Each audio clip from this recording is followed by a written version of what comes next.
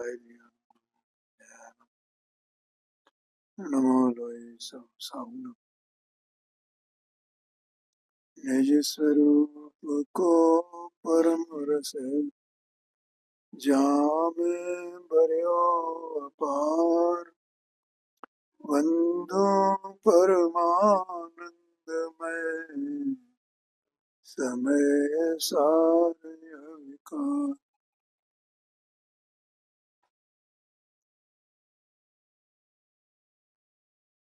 पुण्य पाप एकत्व द्वार नाटक से सर का, और इसमें 15 छंद हो गए हैं और आज अंतिम छंद 16 नंबर का इस स्वाध्याय में चलेगा। देखो आचार्य, देखो ये पिछला जो हो गए 15वां हो गया कल।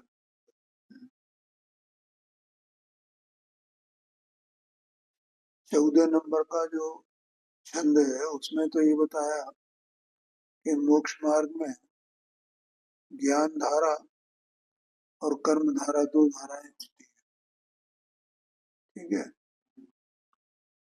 और 15 नंबर के गाथा में उसमें छंद में ये बताया कि जो अज्ञानी है वो इन दोनों धाराओं में से एकांत के कारण एक ही धारा को मुख्य करता है और दूसरे को मुख्य नहीं करता है, और दूसरे को मन नहीं मानता। या तो वो कर्म धारा को ही सर्वथा मानता है कि यही मोक्ष का कारण, इससे ही हो जाएगा, ठीक है। और या फिर वो ज्ञान को ही ये मान करके बस हम आत्मा शुद्ध है ना, बस और अब कुछ करना धरना तो है नहीं, तो ऐसा या तो व्यवहारवासी होता है या निश्चयवासी होता है, और दोनों ही संसार में डूबते हैं, ठीक है। लेकिन जो ज्ञानी होता है वो ऐसा नहीं मानता, क्योंकि मोक्ष मार्ग में दोनों धाराएं होती हैं नियम से। लेकिन जो ज्ञानी होता है, जो स्वयं साधक है, जिसको ये दोनों धाराएं होती हैं, तो वो कर्म धारा का भी निषेध नहीं करता, लेकिन उसमें अपनत्व भी नहीं करता है, ममत्व भी नहीं करता है, उसके प्रति उदासीन रहता है। ये बात 15 नंबर के छंद में बताई गई थी। अब 16 नंबर का छंद है, जो दोनों प्रकार के मूढ़ जीव हैं एकांती, उनके बारे में कहते हैं। और जब उनमें से कोई जीव समझ जाता है, उसे यथार्थ बुद्धि आ जाती है, निर्णय तत्व का हो जाता है, तो फिर क्या होता है उसकी बात इसमें है। तो अपन इसका पाठ करते हैं। जैसे मत वारों को कहे और करे, और तैसे मूढ़ प्राणी विपरीतता धरतु है। अशुभ कर्म बंध कारण बखाने माने, मुक्ति के हेतु स्वभारित आचरतु है। अंतर सुदृष्टि भई मूढ़ता विसर गई, ज्ञान को द्योत भ्रमति मेरे हरतु है। करनी सो भिन्न रहे आत्म स्वरूप रहे, अनुभवारंभ रस कौतुक करतु है। देखो ये कहते हैं जैसे कोई मतवार हो, माने मतवाला पुरुष। मतवाला माने हाँ, जो जिसने शराब पी हो, मद्य सेवन करने वाला, तो वो होता कुछ और है और वो जानता मानता और करता कुछ और है, ठीक है। यहाँ ये कहा कि कहे और करे और, इसका मतलब ये समझना कि होता तो कुछ और है और वो जानता मानता कुछ और है, ठीक है। यथार्थपने नहीं जानता है, और वो मान लो यथार्थपने उसने कह भी दिया तो भी उसकी दृष्टि ठीक नहीं है, उपनिषद में लिखा है मोक्षमा प्रकाशन में, तो वो माता को माता भी कहे तो भी उसका ज्ञान सच्चा नहीं है, ऐसा कहते हैं। तैसे मूल प्राणी विपरीतता धरत है, वैसे ही जो अज्ञानी जीव है वह विपरीतता को धारण करता है, अर्थात उसके विपरीत अभिनिवेश रहता है, विपरीत अभिप्राय रहता है।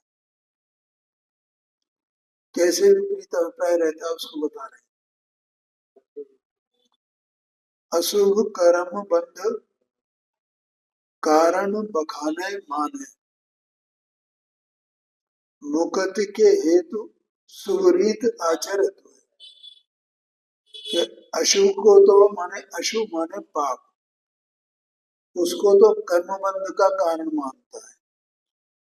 अशुभ को माने पाप को, अशुभ माने पाप, अशुभ भाव, पाप भाव, पाप की क्रिया, उसे तो क्रिया में और भाव में कोई भेद ही नहीं है, तो वो अशुभ क्रिया को ही अशुभ भाव मानता है, अशुभ कार्य मानता है, पाप का कार्य मानता है, और उसको ये मानता है कि इससे बंध होता है, ये बंध का कारण।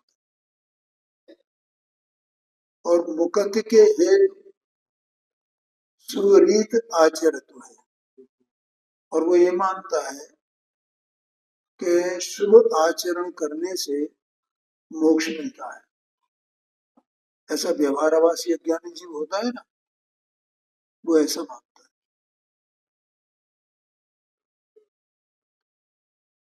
अब इसी मूड को कदाचित सच्ची दृष्टि हो जाए, माने उसकी विपरीतता, उसका अभाव हो जाए, अंतर दृष्टि भई मूर्ता विसर गई। ठीक है, माने मूर्ता छूट गई, उसकी अज्ञानता छूट गया है, छूट गई है, और अंतर सुदृष्टि माने वो अंतरात्मा हो गया, अपने उपयोग में अपने स्वभाव को जान गया, अपने पूरे द्रव्य का स्वरूप उसे ख्याल में आ गया। ठीक है, देखो सम्यक दर्शन होने पर ये कहा जाता है ना कि जैसे प्रदेशों का ज्ञान नहीं होता और बहुत सी बात है परोक्ष, जो उपयोग है वो तो परोक्ष है, सूक्ष्म ज्ञान है ना, सूक्ष्म ज्ञान, सूक्ष्म दर्शन, दोनों सूक्ष्म रूप रहते हैं, दर्शनोपयोग और ज्ञानोपयोग, और वे परोक्ष होते हैं। तो परोक्ष होने से आत्मा पूरा का पूरा जैसा है यथावत, जैसे उसके असंख्यात प्रदेश है, अनंत गुण है, ऐसा पूरा आत्मा है। ठीक है, और कि वो गुण पर्याय किस प्रकार से है, कैसी उनकी व्यवस्था है, वैसा वो परोक्ष ज्ञान के कारण नहीं जान पाता है। कब? आत्मानुभव के कारण। क्यों नहीं जान पाता है? क्योंकि उपयोग, वो जानता कैसे है कि वो उपयोग अंतर्मुख होता है। ठीक है, और ये आज सुबह भी मैंने बताया था, और मैं पहले भी कहता रहा हूँ, आज कलई का उदाहरण दिया ना मैंने, इसलिए दिया था कि कलई सफेद है, तो उसकी जो सफेदी है वो पूरी कलई मय है ना, कलई और सफेदी में कथनचित भेद है। कलई सफेद होती है, कलई सफेद होती है, तो भेद हो गया ना, कलई सफेद है, पर कलई और सफेदी एक ही चीज है कि अलग अलग चीज? एक ही चीज है। ऐसे कोई कहे कि आत्मा उपयोग लक्षण वाला है, उपयोग वाला है, उपयोग वाला है, तो ये वैसी बात हो गई ना, तो कलई सफेद है, आत्मा तो उपयोग स्वरूप है, आत्मा तो ज्ञान स्वरूप। तो ज्ञान और आत्मा अभेद ही है ना, उपयोग और आत्मा अभेद ही है ना, कि भेद है उसमें? अभेद है, अभेद है, और उपयोग स्वयं पर्याय है, और वो पर्याय अंतर्मुख होती है, और पर्याय में स्वभाव विद्यमान है कि नहीं है? जैसे कलई की सफेदी में कलई का कलईपना विद्यमान है कि नहीं? कलई की सफेदी में कलईपना में उसका चूनापना, जो उसका स्वभाव है वो उसमें विद्यमान है क्या नहीं है। अपन कलई को कहीं भी करें, ठीक है, लेकिन उसका चूने का जो स्वभाव है उस कलई में विद्यमान रहेगा कि नहीं रहेगा। तो हमने इसको घोल दिया, पानी में डाल दिया, पानी भिगो दिया, ठीक है, और 2 दिन हो गए रखे रखे, अब आज हम इस पर कलई करेंगे दीवार पे, और दीवार पे कर दी तो वो घुली हुई रखी थी, तब कलई की सफेदी और कलई का जो स्वभाव वो उसमें कायम है क्या नहीं, और हमने दीवार पे लगा दी तो भी कायम है, ठीक है। ऐसे ही जो उपयोग है उस उपयोग में स्वभाव कायम है क्या नहीं है, और वो उपयोग उस स्वभाव में पूरे द्रव्य में है क्या नहीं, क्योंकि उसके अंश अंश में, जैसे कलई की सफेदी, वो सफेदी कलई के अंश अंश में है क्या नहीं है, कलई के अंश अंश में सफेदी है ना, और कलई का स्वभाव सफेदी के अंश अंश में है क्या नहीं है। इसका मतलब कि जो पर्याय है उस पर्याय के अंश अंश में स्वभाव है, और स्वभाव के अंश अंश में पर्याय बैठी है। ऐसा नहीं है कि पर्याय न्यारी और स्वभाव न्यारा, बिल्कुल ऐसी दशा है द्रव्य की, ठीक है। तो वो पर्याय अंतर में झुकी माने अपने स्वभाव में ही झुकी है ना, और वो स्वभाव द्रव्य रूप है ना, त्रिकाल है, इसलिए उसको द्रव्य कहा जाता है। स्वभाव कैसा है, वो तो त्रिकाल है ना, त्रिकाल है ना, इसलिए उसको त्रिकाल है, तो उसी को तो द्रव्य कहा जा रहा है। इसका मतलब वो द्रव्य में झुक गई है, ऐसा भेद करके कहा जाता है पर्याय द्रव्य में झुक गई है, पर हुआ कुछ भी नहीं है, वो तो वहां का वही है सब मामला है, केवल वो बहिर्दृष्टि से अंतर्दृष्टि हो गई है, बाकी अवस्था तो वो सब वैसा का वैसे ही, कुछ नहीं है। हुआ क्या है, कुछ भी तो नहीं हुआ। द्रव्य में क्या हुआ, पर्याय में क्या हुआ, बोलो समझ में आया क्या नहीं। पर्याय जहां थी वहां की वही है, बस केवल बहिर्दृष्टि थी, वो अंतर्दृष्टि हो गई, इतने में उसे अपना स्वभाव जाना, ए मैं हूं, बस ये समझ लेना भैया, ये दृष्टांत जो मैंने कल ही का दिया है, कलई का स्वभाव सफेदी के अंश अंश में है, और सफेदी कलई के एक एक कण में है। अब चाहे अपन इसका उदाहरण ले लें, चाहे अपन नमक का उदाहरण ले लें, कोई भी उदाहरण ले लें, चाहे सोने का उदाहरण ले लें, सब पे ये लागू हो जाएगा इस प्रकार से। ऐसा द्रव्य यहाँ विद्यमान है, दृष्टि का विषय है, बस बस बस केवल दृष्टि का विषय है, दृष्टि की बात है, इसलिए जहां भी बात आती है ना वो दृष्टि की बात आती है, तो दृष्टि बस अंतर हुई, अंतर दृष्टि हुई, बस समझ लो, बस हो गया काम। तो महादृष्टि तो भेद दिख रहा है महादृष्टि में, हाँ जी, नहीं कुछ नहीं है, वो भेद पहले भी नहीं था, लेकिन बस वो अंतर्दृष्टि होने पर ये पता चल जाता है कि भेद कुछ है ही नहीं, द्रव्य पर में कोई भेद ही नहीं, वो तो अभेद ही है कहीं, आया क्या नहीं आया। और बाकी जो भेद रूप है वे तो भेद ही रूप है, वे आत्मा में आते नहीं, आत्मा उनमें जाता नहीं, न गेह में जावे, न देह मनवाणी में जावे, न इसमें पुद्गल में किसी में जावे, किसी में जाता ही नहीं। भेद रूप देखना ज्ञान का विषय हो गया है जी, हाँ जी हाँ जी हाँ जी हाँ जी, श्रद्धा विषय हो गया, हाँ जी हाँ जी, उसमें अपनापन हो जाना, ये श्रद्धा, और भेद का जानना, भेदा भेद दोनों, दोनों को जानना, केवल भेद को ही नहीं, अभेद, किस अपेक्षा से अभेद है, किस अपेक्षा से भेद है। ऐसा जानना भैया, ऐसा ही समझना नवीन। हाँ, ऐसा ही है वस्तु का स्वरूप। जगत को पता नहीं है मतलब ये बहुत ही दृष्टि और श्रद्धा होगी, उसी सब ज्ञानी हो, दोनों एक साथ होंगे। हाँ, वो तो होंगे ही, वस्तु की पहचान बिल्कुल। तीनों तो बात, तीसरा तो बात में मानोगे, स्थिरता तो बाद में आएगी आंसर।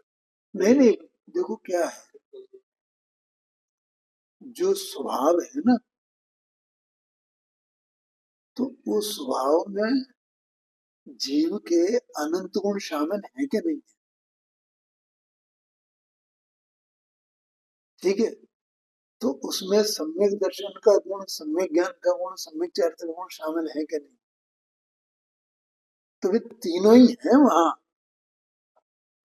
लेकिन वो तीसरे की व्यक्तता माने अनुभव में नहीं आ पाता है, लेकिन भगवान ने जाना है उसे।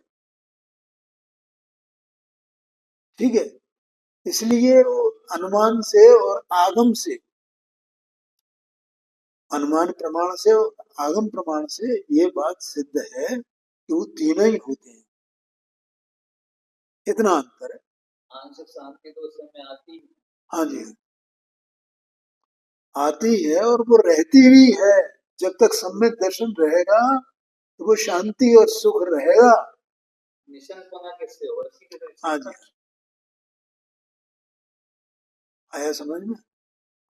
तो यहाँ कहते हैं अंतर सुदृष्टि भी, ये तो मैंने आपको भी बता दिया दोबारा से है, सम्यक दर्शन कैसा होता है। ये आज ये बड़ा अच्छा दृष्टांत कलई वाला मुझे ख्याल में आया। मुझे बड़ी उलझन थी, कैसे मतलब इसको सिद्ध कैसे किया जाए, कैसे बताएं, और अभी और स्पष्ट हो गया कि सफेदी के अंश अंश में कलई का स्वभाव है, और कलई के कण कण में सफेदी का स्वभाव है, अलग अलग नहीं, एक में है। ऐसी पर्याय द्रव्य की अलग अलग नहीं है, एक में है, लेकिन है दोनों। ये सफेदी और कलई दोनों है ना, लेकिन वे अभेद ही है, ऐसे ही समझना बस। बहुत ही जोरदार बात है। अब पर्याय माने उत्पाद है, उत्पाद है, उत्पाद है, उसी का नाम तो पर्याय है ना। तो पूरे द्रव्य में ही उत्पाद है चल रहा है ना, पूरे द्रव्य में द्रव्य है ना, जहाँ द्रव्य है वही उत्पाद, उत्पाद है। द्रव्य के अंश अंश में उत्पाद है, उत्पाद व्यय के अंश अंश में द्रव्य स्वभाव है। परमाणु को भी तो है उत्पाद। हाँ, वो एक ही बात है, परिणाम मानो उत्पाद। भाई परिणाम का मतलब ही तो ये है कि पर्याय का उत्पन्न होना, नाश होना, उत्पन्न होना, नाश होना, इसी को तो परिणाम कह रहे हैं। ऐसा समझना, और वो द्रव्य है और उसमें वो ऐसा चल रहा है बस। ऐसी वस्तु है, ऐसी वस्तु में हूँ अंदर में, देह मन वाणी रागाते भाव, ये सब कुछ है ही नहीं, कोई चीज ही नहीं। कि जीव के है कहाँ, ज्ञान आवरणाते आठ कर ये सब कुछ नहीं, सब इनमें ही पड़े हुए, अपना कुछ है कहाँ। अपन तो बस अपने में परिपूर्ण है। वो तो हर तरह में है ना, उत्पाद है ही ऐसा, अद्भुत स्वरूप है। अंतर सुदृष्टि भई मूलता बिसर गई, ज्ञान को उद्योत भ्रम तिमिर हरत है। ज्ञान का प्रकाश है, उद्योत माने प्रकाश, ज्ञान का जो प्रकाश हुआ है, सुपर प्रकाशक बना ज्ञान में, ठीक है, वो प्रकाश जो कि आत्मा का है और आत्मा अरूपी है, तो वो प्रकाश भी अरूपी है बस, ऐसा प्रकाश कोई नहीं है। ठीक है, लेकिन वो स्व को स्व परे और पर को पर पने जानने वाला है, भेद को भेद पने, अभेद को अभेद पने जानने वाला है। ज्ञान को उदोत भ्रम तिमिर हरत है, माने भ्रम रूपी जो अंधकार था वो नाश हो गया।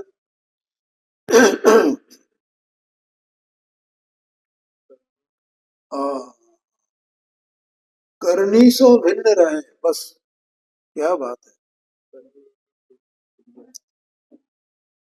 बोलो समझ में आया कि नहीं आया? करनी सो भिन्न रहे। करनी में क्रिया जो कुछ भी चले सो चले, और करनी में वो जो शुभाशुभ भाव है ना, और बाहर की देह की क्रिया है ना, दोनों ये करनी में ही आ गए। आया क्या नहीं आया? दोनों काय में आ गए? करनी में। उन दोनों से ये ज्ञान भिन्न है ना, तभी तो उन्हें जानता है ना। अगर ज्ञान उनसे भिन्न नहीं हो तो कैसे जानेगा? जो ज्ञान उनको उनसे अपने को भिन्न नहीं जानता, अपने से उनको भिन्न नहीं जानता, इसका मतलब उसको ही आप जानता है ना। सीधा सीधा फॉर्मूला है कि नहीं है? उसको अपने से भिन्न नहीं जाना।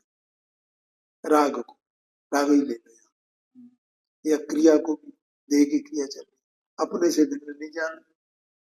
ठीक है, और उससे भिन्न अपने को नहीं जाना, तो ज्ञान है कहाँ? वो तो अज्ञान हो गया ना। इसका मतलब वो उसमें मिला हुआ बैठा है ना। नहीं आया ख्याल? उसी में बैठा हुआ है ना। तो ज्ञान ज्ञान नहीं रहा ना फिर। ये बात है। तो इसलिए जो करनी से भिन्न है और आत्म स्वरूप है, वो तो आत्म स्वरूप ही है। इसलिए मैंने कहा ना, करनी में क्या क्या लेना? राग और देह की क्रिया, ये करनी में गई, ये करनी है।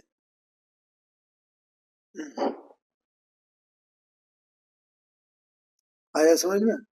करनी से भिन्न रहे,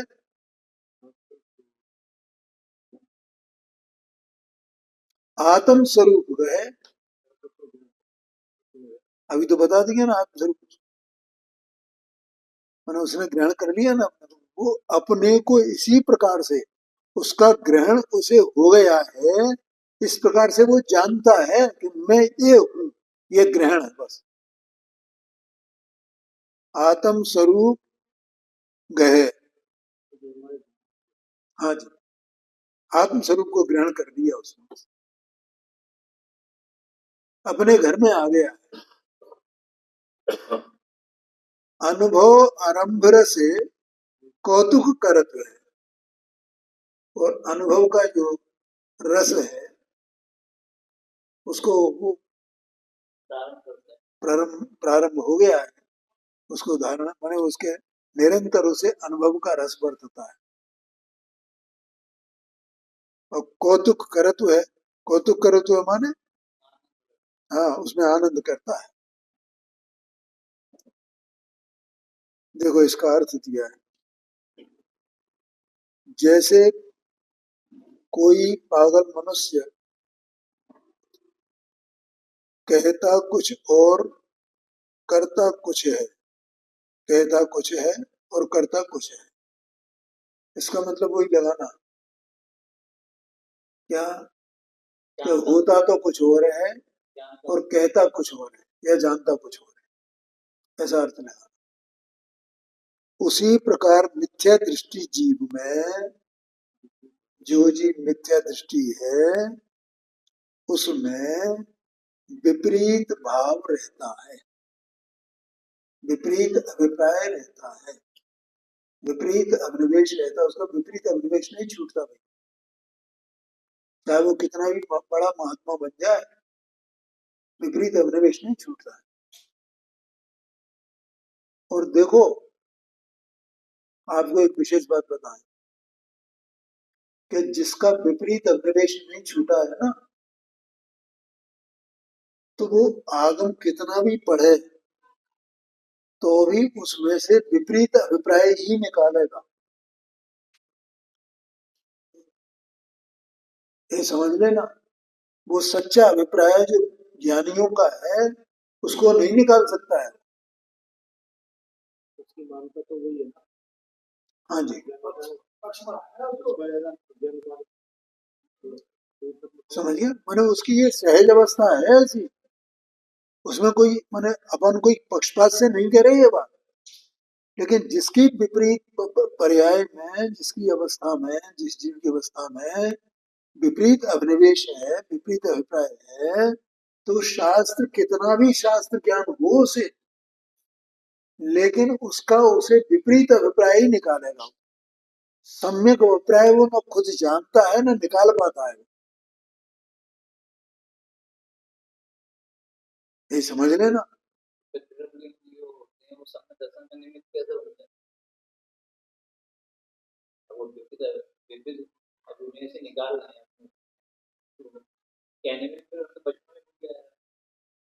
वे भले ही कहें, तो वे कहेंगे तो आगम के अनुसार ना, लेकिन वे खुद नहीं समझते हैं इसका अभिप्राय क्या है। और दूसरा है जिसकी योग्यता है सुनने वाला, वो समझ जाता है।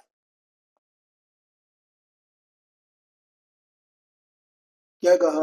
वो समझ जाता है ये क्या है, इसका अभिप्राय क्या है, वो समझ जाता है, तो उसका विपरीत अभिप्राय का अभाव हो जाता है, तो सम्यक दृष्टि हो जाता है। इसमें क्या, वो स्वयं उसको पढ़े या किसी दूसरे के मुख से सुने, आएगा नहीं आएगा, तो वो उसे सम्यक दर्शन हो गया, तो उसने नहीं निकाल पाया वो अभिप्राय, और वो उसने निकाल लिया। आया क्या नहीं आएगा, ऐसा समझना इसमें क्या है भाई। उसी प्रकार मिथ्या दृष्टि जीव में विपरीत भाव रहता है। वह अशुभ कर्म को बंध का कारण समझता है और मुक्ति के लिए शुभ आचरण करता है।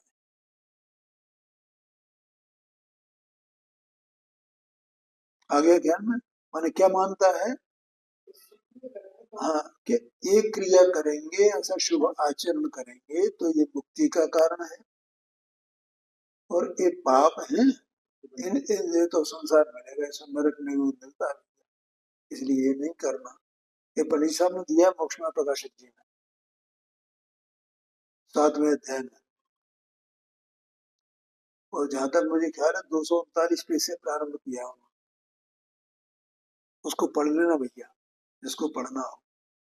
239 बहुत लंबा दिया उन्होंने, 4-5 पेज दिए उसमें 239 पेज से, मैंने 243 पेज के तक तो है ही है वो, उसके बाद भी है, ऐसा समझ कि वो द्रव्यलिंगी कैसा मानता है, क्या क्या करता है।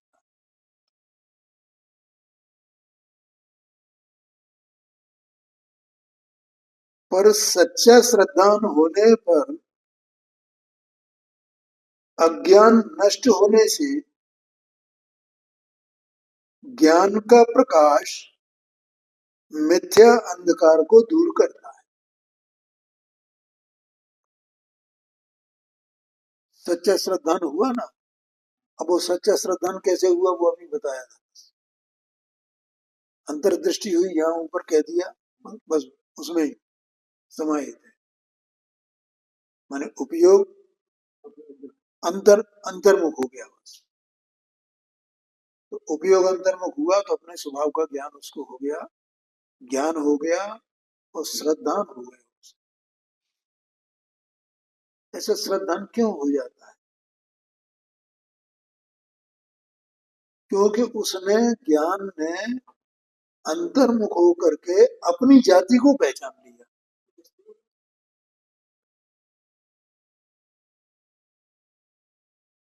क्या कहा?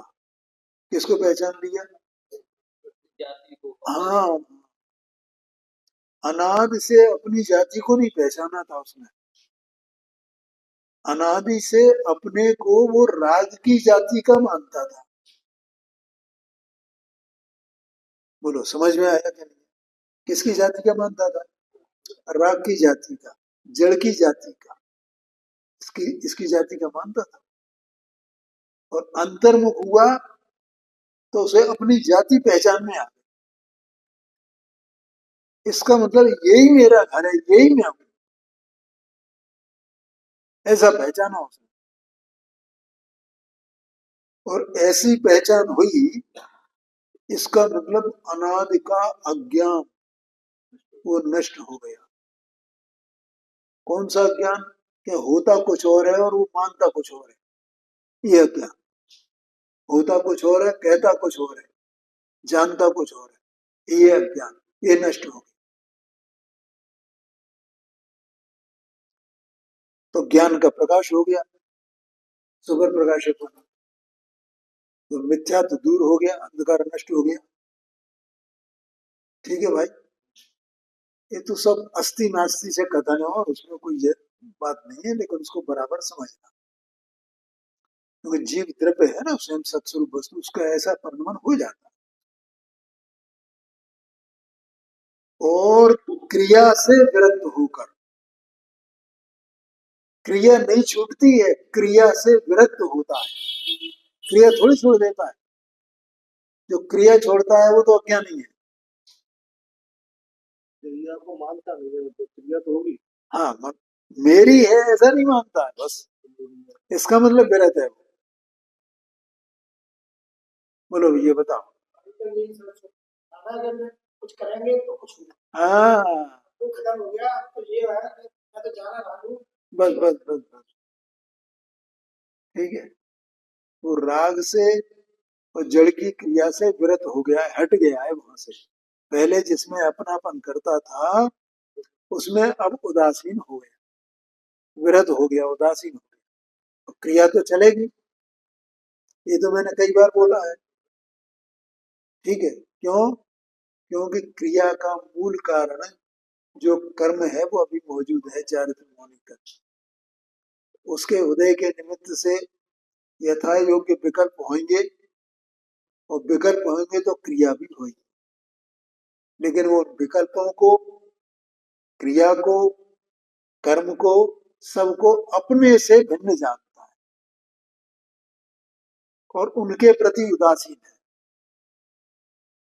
और उसकी उदासीनता निरंतर कायम रहती है। रंच मात्र भी उसमें वो हर्ष नहीं मानता है क्रिया में। परद्रव्य की क्रिया है, पर है, उसमें अपनापन, उसमें हर्ष, ऐसा वो नहीं मानता। ये आशय। क्रिया से विरक्त होकर आत्म स्वरूप को ग्रहण करके अनुभव धारण कर परम रस में आनंद करता है। उसके तो वो आनंद बरतता है, आनंद बरतता है, आनंद रहता है। देखो पंडित जी साहब ने मोक्षमार्ग प्रकाशक में जो रहस्यमयी चिट्ठी लिखी है ना, चिट्ठी, तो उसमें उन्होंने उनको संबोधन करके लिखा है, यहाँ तो यथा संभव आनंद बरतता है और आपके भी आनंद हो, ऐसा भी उन्होंने आगे लिखा है। ज्ञानी को अंतरंग में आनंद बरतता है। तो इस प्रकार से ये 16 नंबर का छंद पूरा हुआ। अब इसका सार है चौथे अधिकार का, पुण्य पाप एकत्व द्वार का। देखो जो अपन ने प्रारंभ में कहा था ना कि इसमें कर्म प्रकृतियों का पुण्य पाप रूप कर्म प्रकृतियां हैं, और पुण्य पाप रूप जो जीव के भाव हैं उनका कोई भेद नहीं किया है। ठीक है ना, जहां जहां जैसा योग्य था वैसे वैसे उन्होंने कथन किया है। तो वो इस पहले पैरा से स्पष्ट होता है। देखो, जिसका बंध विशुद्ध भावों से होता है वो है पुण्य, और जिसका बंध संक्लिष्ट भावों से होता है वो है पाप है। बंध होता है। अब बंध दो प्रकार का, बंध भी दो प्रकार का हो गया ना, पाप बंध और पुण्य बंध। अब ये बंध की बात करते हैं। अब आगे कहते हैं, अब यहाँ विशुद्ध भाव क्या है और संश्लिष्ट भाव क्या है उनकी चर्चा है। प्रशस्त राग, अनुकंपा माने दया, जीवों के प्रति दया भाव, कलुषता रहित भाव,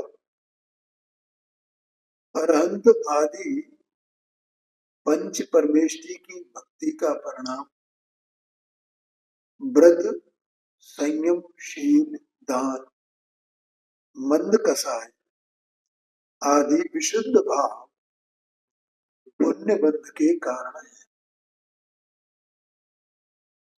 और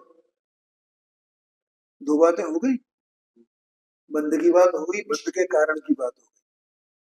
अब तीसरी बात, और साता, ये प्रकृति की बात है।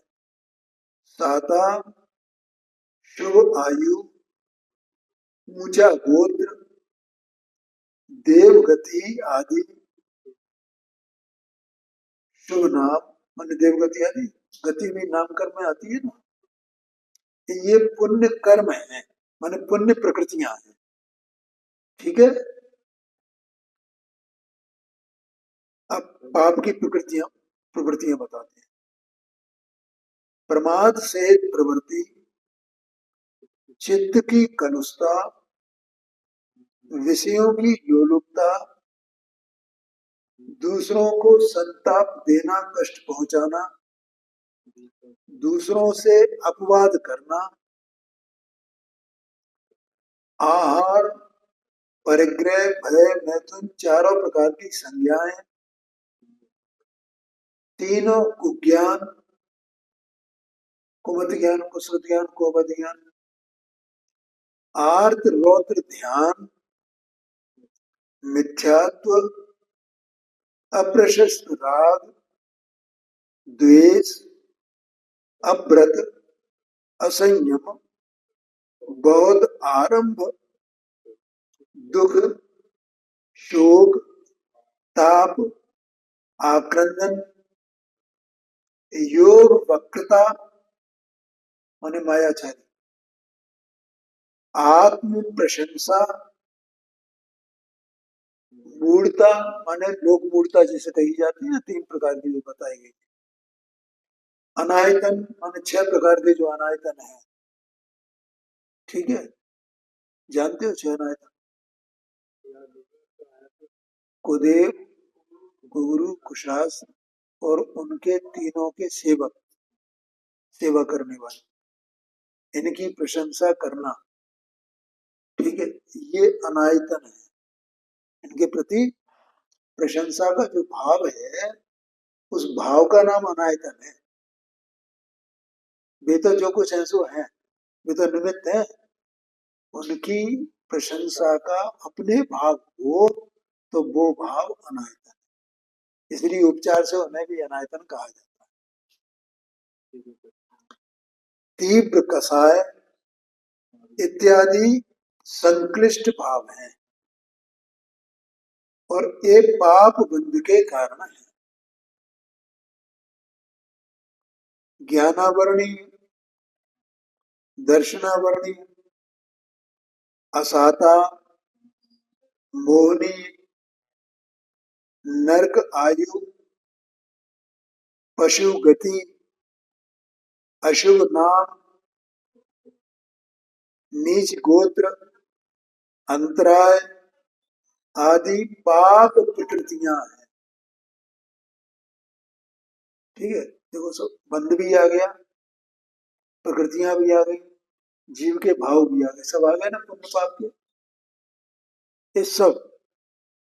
अब इनमें जो जीव जो है वो गहन है, बस अज्ञानी, अपने मन से पाप और पुण्य कुछ भी मानता रहता है, उसे खबर ही नहीं है वास्तव में।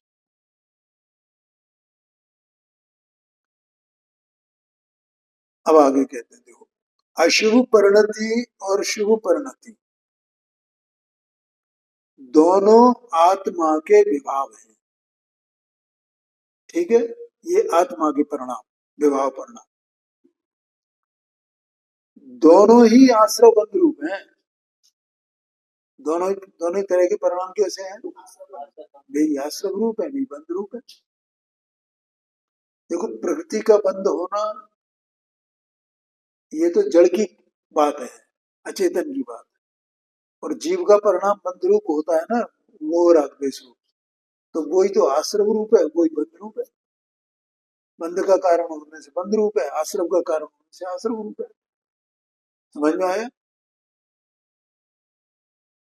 संबर निर्जरा के कारण नहीं,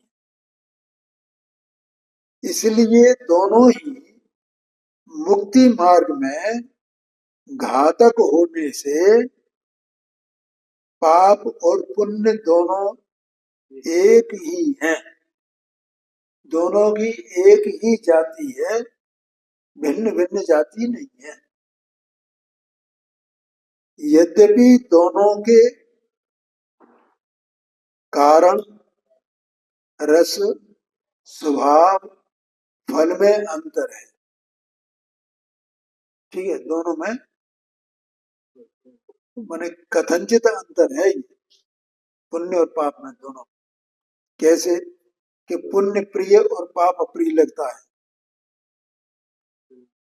तो भी सोने की बेड़ी और लोहे की बेड़ी के समान दोनों ही जीव को संसार में संसरण कराने वाले हैं। चाहे जीव का पुण्य भाव हो तो और पाप भाव हो तो। भैया देखो, तो सोना और लोहा ये तो धातुओं की अपेक्षा से उनका ज्ञान कराया है, लेकिन बेड़ी तो है ना, मूल तो बेड़ी है।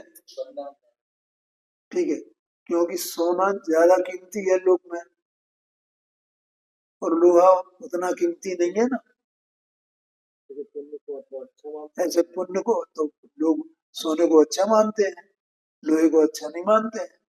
सोने को कलेक्ट करके रखना चाहते हैं, पहनना चाहते हैं, प्रदर्शन करना चाहते हैं। लोहे को कौन करेगा? ये बात है। तो वैसे ही जो पुण्य है, तो पुण्य को अच्छा मानते हैं, अनुकूलता मिलती है उसमें। लेकिन है दोनों संसार के कारण, बंध के कारण। एक शुभोपयोग और दूसरा अशुभोपयोग है। इन दोनों में शुद्धोपयोग कोई भी नहीं है। इससे मोक्ष मार्ग में दोनों की सराहना नहीं है, मतलब दोनों सराहनीय नहीं है, दोनों ही बराबर से मोक्ष मार्ग की अपेक्षा से, क्योंकि दोनों बंध के कारण है और मोक्ष मार्ग के बाधक हैं भी। समझ में आया ना? क्योंकि जब तक पाप भाव रहेगा तब तक मोक्ष मार्ग में बाधक है, पुण्य भाव रहेगा वो भी मोक्ष मार्ग में बाधक है। ये बात है। मोक्ष मार्ग माने आत्मा की प्राप्ति होना, उसकी पूर्णता होना, इसका नाम मोक्ष मार्ग है ना। तो पुण्य पुण्य भाव रहे तो आत्मा की पूर्णता की प्राप्ति कैसे हुई? दोनों ही हे हैं, हे माने त्याज्य हैं, विरत उनसे विरत होने योग्य है। दोनों आत्मा के विभाव भाव हैं, स्वभाव नहीं है। दोनों उद्गल जन्य है, आत्मजन्य नहीं है। इनसे मुक्ति नहीं हो सकती, माने ये मुक्ति के कारण नहीं है। और न केवल ज्ञान प्रकट होता है, ये मुक्ति के कारण भी नहीं है। क्योंकि मुक्ति का कारण तो अकेला निर्विकल्प सम्यक दर्शन ज्ञान चारित्र की जो एकता है वो मुक्ति का मार्ग है। और पाप के भाव या पुण्य के भाव वही मुक्ति के मार्ग नहीं है। इतना बताना। ठीक है, समय हो गया, आगे चर्चा करना।